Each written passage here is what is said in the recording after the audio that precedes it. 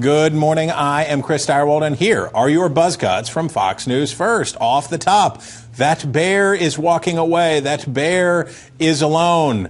Brett Baer wrote in his Bear Tracks today for your Fox News First about one being the loneliest number for that bear and for Barack Obama, the president of the United States. New Washington Post poll out today says that 63% of Americans don't have confidence in the president to make the right decisions. But he says he's going to be making more decisions. He's got a State of the Union coming up tomorrow, and he's going to emphasize direct executive action and not dealing with nincompoops in Congress who won't let him do what he wants to do. Is that a wise strategy given lower confidence? Can the president be that lonely bear out there? We'll talk about it. Don't blame redistricting.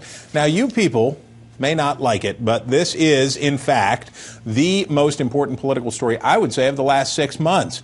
A study done by two left-leaning political scientists tested the assumption that the reason that Congress is the way Congress is and Washington is the way it is in large part because of gerrymandering and constant redistricting to ever more partisan grids in congressional maps.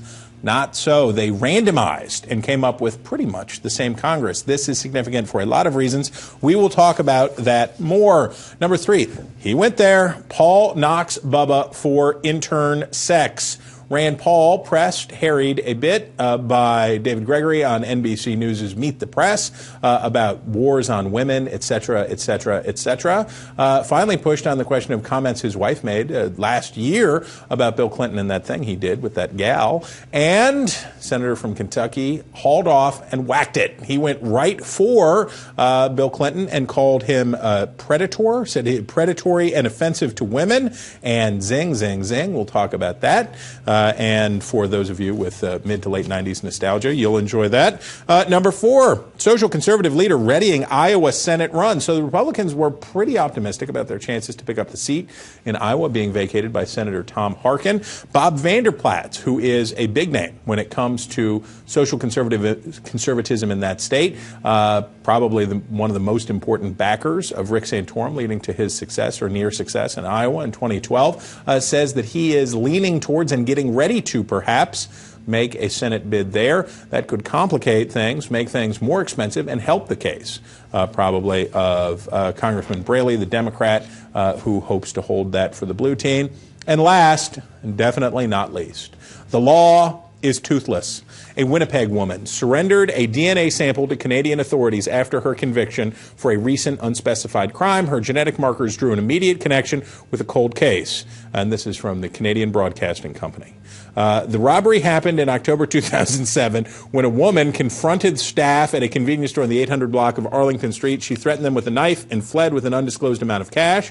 But while running off, she dropped her partial plate of false teeth and left them behind. The teeth were taken by police, who sent them off for a DNA sample. I know. What do you want from me? It's Monday. What do you want from me? Yeah, it's a Canadian denture crime joke, but that's what you get, Internet. But you would have gotten it already if you were a subscriber to Fox News First. Go to foxnewspolitics.com, sign up therein. But we're going to do it all right now because it's Power Play.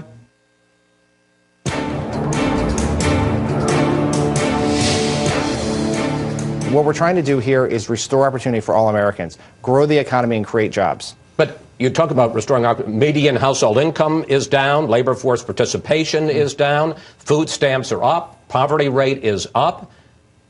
If things are so great, how come they're so lousy? And that is what it feels like to get smacked down by Chris Wallace when you bring the wrong talking points to Fox News Sunday. And this is Power Play. Hi, Internet. Happy Monday. Welcome back. And let us quickly scamper over to the Ed Henry, senior White House correspondent for this estimable news organization. Brother Henry, good Monday morning to you. Good to see you. How was your weekend? Dynamite. Pretty. I sliced my hand up on a can of tomatillos, but other than that, I'm doing okay. It's all in the, it's a dramatic existence that I lead. All right, so I have a question for you. Latest polling indicates that when it comes to trust and confidence in President Obama, Americans have some concerns. But the president says that he's going to increasingly try to go it alone, and that's all the talking points that we heard from Pfeiffer and others on the Sunday shows this weekend was that the president's going to focus on executive action. Is this a good time to try that? It's all he has left, frankly. It might not be the best strategy, but the president has tried at various times to work with Republicans on the Hill. They've tried to put their ideas up.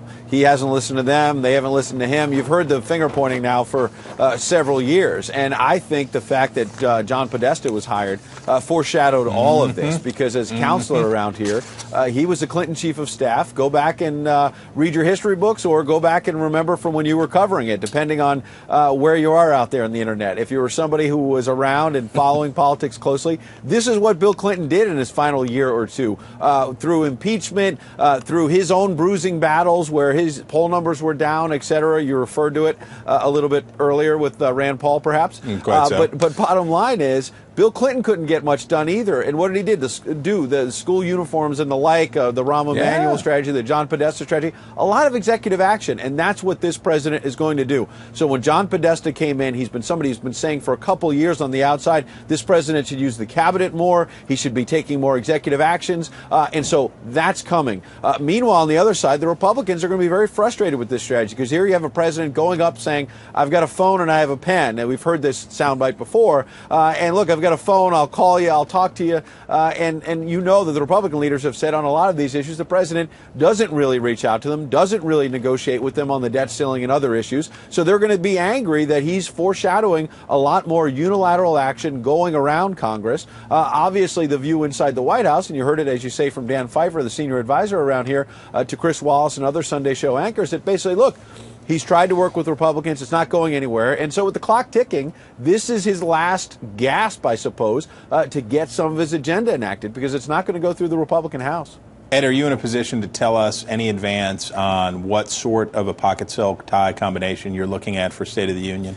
You know, I don't usually like to foreshadow that too far in advance. I know. If we embargo it, could we embargo it till tomorrow? Yeah, well, the internet won't tell anybody. Yeah, the internet won't tell anyone. You know, I just got a new suit, and it's steel blue, so it's a little bit lighter than this, almost like a blue gray. And I think if you wear something like kind of like a hot pink or something, it really kind of stands out. So that's all I'm going to say for now. I don't want to. He's just putting it out there. Okay. I don't want to show too much leg just yet, so to speak. Well, but, if you showed leg, it would really be something. Then you'd really have that would be big. And you should tune in to Fox News tomorrow night, because you might get some leg. I probably will. Ed Henry, we are grateful to you. Thank you very much, my friend. Good to see you. Thank you. I wonder if Ed knows. He does know, because he's hip, that Zoolander, one of Zoolander's patented moves was blue steel. All right. I don't know if she has any patented moves, but she is patently excellent as a political correspondent for the Washington Examiner. She is Rebecca Berg. I'm sorry, I shouldn't have said the Washington Examiner. I say Washington Examiner. You'll get it right next time. I'm trying. Chris. I'm working on it. Rebecca Berg is excellent. She is at the eponymous Twitter handle Rebecca Berg. I always like it when it's simple. Rebecca G. Berg. Was Rebecca Berg already taken? It was taken. I've tried to stage a coup for years, but it hasn't worked. Posers. All right, so here's a question, and I want to delve in more on this. We've heard this from the president like a bunch. You have. This was 2011. This was 2012. This was 2013. And now 2014, to some degree, has always focused on executive action. Now, the promise seems to be that with Podesta in the House and with a new approach, that the president will actually be able to do stuff by executive action. You're right, first of all, that we have heard this before. Good start, yes. It is, it's this episode of Deja Vu harkening back to 2011 with We Can't Wait, if you recall. And yet they could. And yet they could wait, apparently, until 2014. And not much has changed, frankly, since 2011. The composure of Congress is exactly the same. Podesta, while a very important political figure and someone who has worked under these circumstances before, he is not a miracle worker. So I doubt that the president will be able to do anything substantial with these executive actions. Test my cynicism. I posit that the purpose of this is not so much to achieve by executive action, but is to drive Republicans buggy and batty and crazy beyond all possible definition, and to threaten executive action for Republicans who have seen after having seen the power of Congress erode over decades, have seen a president who is particularly dismissive of the role of Congress, that I think that this is designed as much as anything else to make Republicans absolutely flip their wigs and not be engaged in message discipline and get more riled up as the president goes out to do stuff. What do you think? I might actually disagree with you on that, Chris, because certainly I'm free to do that. Free. Amazing. This is a free space. That's fantastic, because yes. I think that it actually helps Republicans in many ways, because you see the president going out there and saying, well, if Congress won't do anything, I will take leadership and do it myself. But then executive actions are very limiting, and so it's actually, there's not actually much that he can do. So it will be a lot of talk that they can then say he's actually not doing anything. But the palaver counts for so much, right? The talk counts for, in midterms, the president's trying to rally his political base. Sure. And have them say, see, he is tough and he is standing up to these Tea Party jerks. So that's good for him politically as he continues to try to rally the base, talking, as we talked last week, about voter disenfranchisement and other issues. And certainly it will make Republicans even madder, won't it? It might. It will. Okay, sure. But, you know, I don't think it'll make them mad necessarily. I think it will give them more talking points and more avenues to, you know, express this outrage to the public from, you know, a messaging campaign standpoint. But Republicans, they understand that they're not in power right now. Do they? Maybe some. Do they? Okay, right. So maybe it will exempt Ted Cruz from that group, but most other Republicans understand that they're not in power right now and that there's only so much they can do. And so by creating this congressional gridlock, they've already frustrated Democrats to this amazing extent, force the president to go to to take these executive actions and do what he can on his own. So I think they're actually working pretty effectively and might not. This is what we call bucking the trend. When you go against cynicism in Washington, you are bucking the trend. Keeping with the trend of excellence, Rebecca Berg, we thank you for making time for us today. Chris. Enjoy the rest of your day. You, Internet, are going to enjoy the rest of your day, or at least the next 18 minutes of it, because Penny Lee, Jim Pinkerton are here. We will talk about the time that Bill Clinton did that thing and whether or not that thing that he did is going to have a consequence vis-a-vis the 2016 election. Oh, yeah. And we also, of course, are going to talk about this nerd thing that I want you to understand about the redistricting. It's nerdy, but it's really significant. So we'll bring smart, non-nerdy people in to talk to you about it and help you have a broader picture of it. It'll be good. So stick around.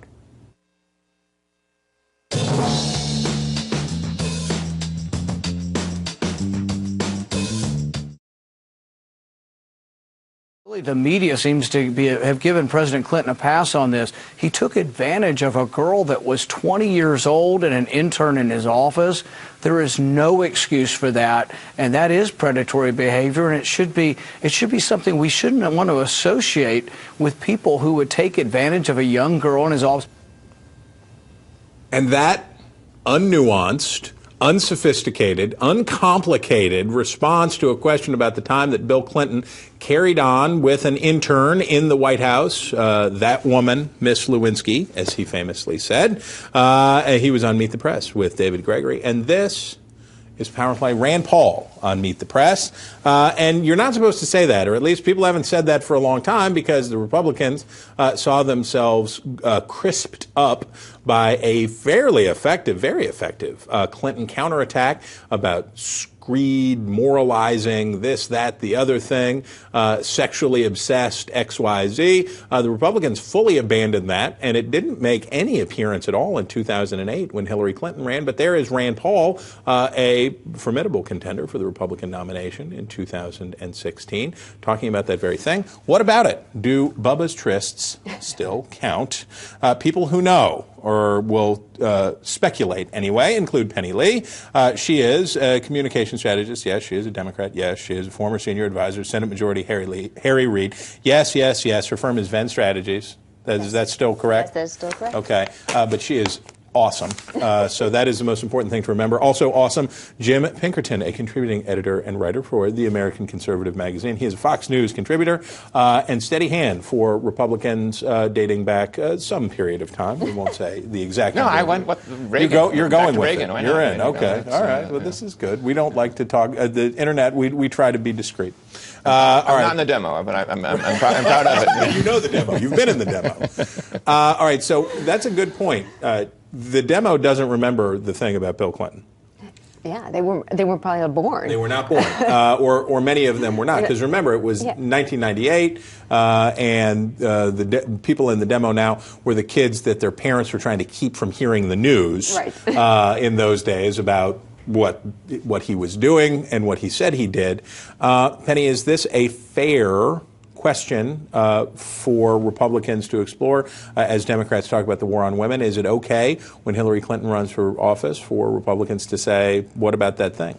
I think it's an unbelievable double standard in that you do not find that about the wife's the role of the wife, question about from the man, for a male candidate. Those kinds of questions just aren't even out there. Hillary Clinton has proven herself to be a public servant, an exemplary senator, and she was an extraordinary Secretary of State. Her merits will rest on her own, irregardless of what her husband did or did not do, or what is being alleged of her, or whatever you want, however you want to characterize it.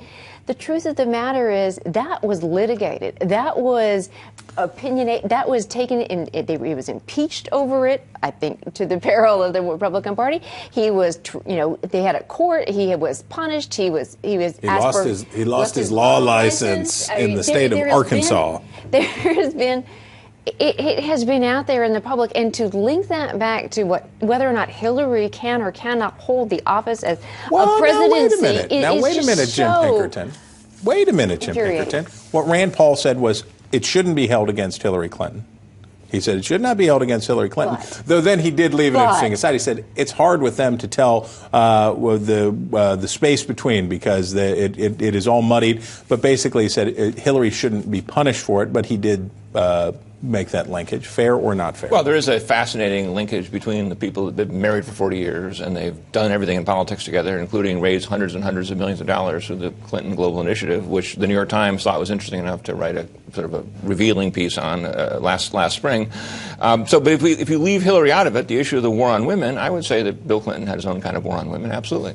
And it happened back in the 90s in the White House. And a few data points. First of all, he was the Republicans in the Congress grossly overreached on the impeachment. If they'd gone for a censure back in 1998 instead of impeachment, I think they would have had 350 votes in the House. But they went for impeachment, which is foolish, and history judged them harshly on that, and so did the voters in 1998. But the fact that the Clinton-Gore administration's candidate, Al Gore, in 2000, lost the presidency even when Clinton had a 60% approval rating and the economy was doing well, I think tells you that the voters still held it against the Clinton-Gore people, including in that case Gore in the 2000 election. That's the reason why Bush won. So I don't see anything wrong with Rand Paul bringing it up. I agree it doesn't adhere to Hillary, but it does adhere to Bill, and it does adhere to this idea that the Democrats are saints on this issue of gender. And to be fair to the senator from the Commonwealth, Gregory put it on him. Rand Paul did not go there yesterday. It was based on what his wife had said in a... Well, what? I mean, in a Vanity Fair interview. Put it on him. He was just asking for Well, no, this wasn't like yesterday his wife said it. This was David Gregory's third approach. He kept trying to fly the plane into... What was he going to say? She's crazy. I don't know my wife. No, he's going to say, yeah, she was right. But then he did take it a step farther. He doubled down on it. Yeah. I mean, look, with the party that does have its problems and its women's issues right now. I mean, you have Huckabee, who is just out there, again, I don't think any male should be talking about a woman's reproductive rights right now, or ever, for that matter, especially if they're in elected office. So they have an image problem. You have a governor, a former governor of Virginia, who has is taking issues with the government probing into his own life, but has no problem with the government asking me to have a vaginal ultrasound if I was to be pregnant. So I could have gone all day without that. Let's Jim. But what I'm saying is the Republicans are struggling with how they deal and relate to women, and to attack potentially the first woman president, I think is very foolish. Now, wait a minute. Now wait a In minute. that, linking her back to her president's actions. Now there is the thing, Jim, as you pointed out, to reiterate your previous point, that not only do you have that, but you had Filner and Weiner, and you have other circumstances of grody behavior by Democrats who, while in the policy space, say that they are for women, but then anyway. But as far as the Clintons go, we didn't really hear much about the whole Clinton past, and not just what Senator Paul referred to as predatory conduct with 20-year-olds, but also all the Arkansas stuff and all of the Rose law firm and the cattle futures and all of that stuff that had so consumed the Republican Party for so long. Has enough time passed that now it can be looked at anew? I mean, certainly how she made $100,000 on the commodities future thing from, quote, reading the Wall Street Journal, unquote. That was how she said it's a good newspaper. It's a good newspaper. It's a great paper, but most people who read it don't get that successful in the commodities business in such a short period. But look, we can even say, look, decades have gone by, and it's been, as Penny would say, it's been litigated, But again, I think that the real vein of inquiry is twofold. One, the Clinton initiative, which she's been part of all along, and two is her tenure as Secretary of State. I noticed with some interest that she's writing a book, and the Washington Post said that she's getting help from David Brock, the George Soros payroll person and acolyte and general all-around activist. And now David Brock has said in the Post that they're going to do social media, they're doing all the research for her, and they're going to create a whole website to help people sort through how great she was as Secretary of State. Now, how Mrs. Clinton got to be part of that vast Soros empire is an interesting story that requires a lot more, and it's much more interesting to me than whatever Clinton did 20 years ago, let alone what Hillary did 30 years ago. Can we just let your head shaking speak for itself? Yeah. Do you need to be on the record with an additional beyond just that? I mean, well, the irony is who David Brock was. I mean, David Brock was actually the one that broke Troopergate, who actually broke the Paulo Jones story. That's how he got his start. Which is the irony. But look, I mean, I was like, both sides, and it's not Hillary directed. It is not something that is owned subsidiary of the Clinton world, what David Brock is doing. Similar to both sides, this is politics, and you have politics on both sides. You have committees on both sides doing their own research, doing their own ads. That's what's happening. Now we have gone far enough afield that I can indulge my nerdness.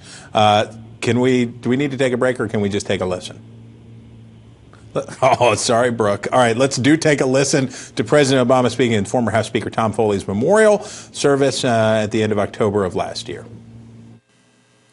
It can be tempting to wonder if we still have room for leaders like Tom, whether the environment, the media, the way that districts are drawn.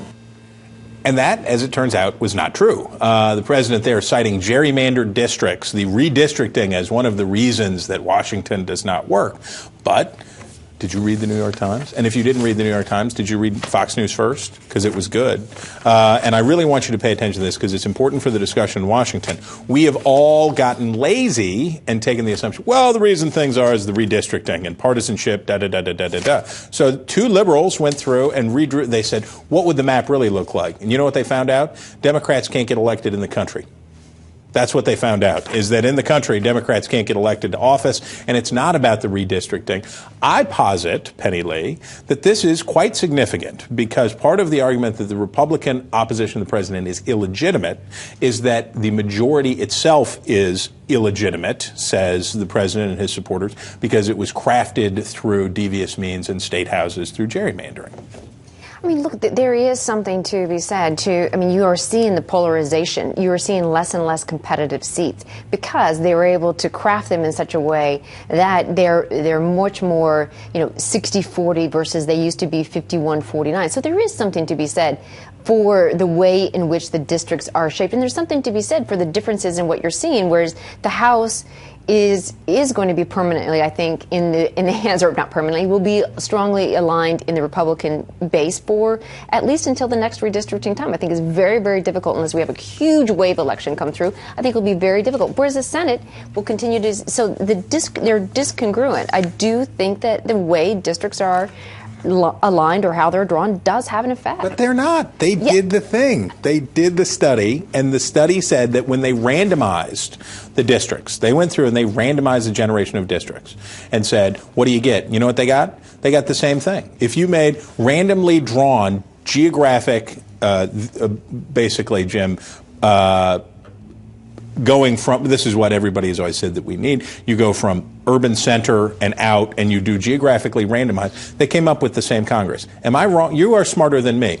Well, am I wrong in concluding that, but, am I wrong in concluding this is a significant thing? I think that what we saw was the de-gerrymandering of the districts in the 70s and 80s, really in the into the 90s, where the Democrats managed to hang on to their majority by gerrymandering districts, and then so that was one issue. The other issue, of course, was that the Southern Democrats became Republicans, right? And so you sort of have the same sort of conservative coalition you can look at from going back to the 1930s, and say, okay, that's sort of the anti-liberal vote, which appears to be somewhere a little bit north of 218, right?